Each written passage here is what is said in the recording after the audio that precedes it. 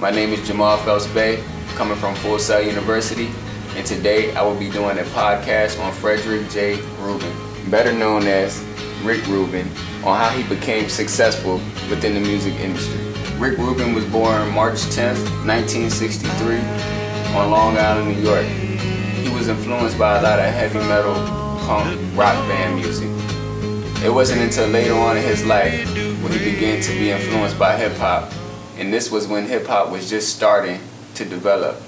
I like Rick Rubin for many reasons, and one of the main reasons is because he was a college student like me and maybe you, and the only way he got to where he's at right now is to put in work ethics. And it all starts with education. He started attending New York University around the early 1980s, and this is where it all began. At the age of 20, he produced what became his first hit single, It's Yours, by T-La Rock and Jazzy J.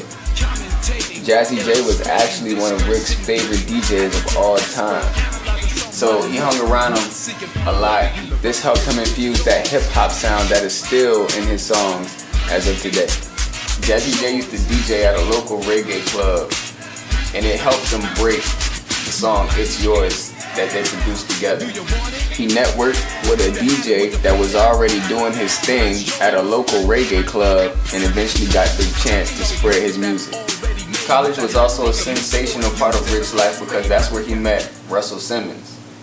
Russell Simmons was a little bit older than him at the time, but they found a way to work together and they developed Def Jam Records, and this was the year of 1984. The network grew bigger as they ran into who we know as LL Cool J. LL Cool J was a lyrical, smart rapper at the age of 16, and all he needed was a beat. Hence why they came out with I Need a Beat. I Need a Beat was based around program music, which obviously Rick produced. It was simple but yet a classic to hip-hop. Then comes Columbia Records. Columbia Records heard that they sold over 100,000 copies, and they decided to have a sit-down with Rick Rubin and Russell Simmons. They made them an offer of signing with Columbia Records. Then Def Jam took off. Def Jam started working with other mainstream artists like Public Enemy, Run DMC, and the Beastie Boys. Rick Rubin was a producer at heart. He even directed Run DMC's movie Tougher Than Leather.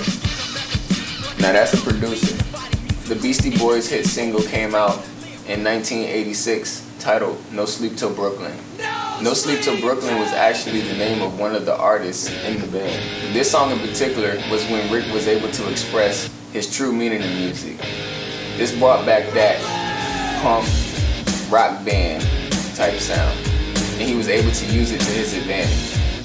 Later in the year of 86, Rick collaborated with a British rock band called The Cult. They produced a song named Electric, and this is when Russell Simmons and Rick parted their separate ways. The separation involved no tension between either one of them. They just had opposite directions. Rick decided to leave Columbia Records altogether and decided to form his own record label called Def American, which then became American Recordings.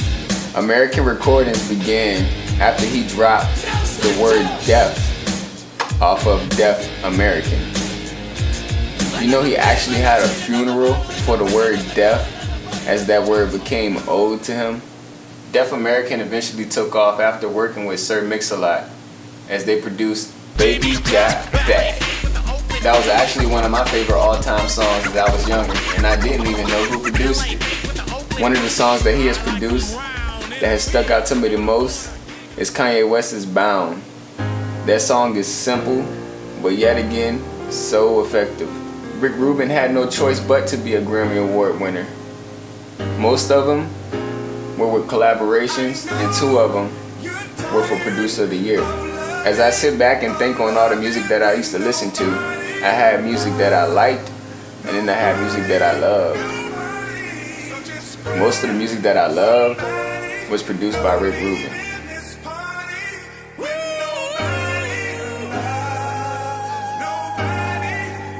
Honey. All them other niggas lame and you know it now. When a real nigga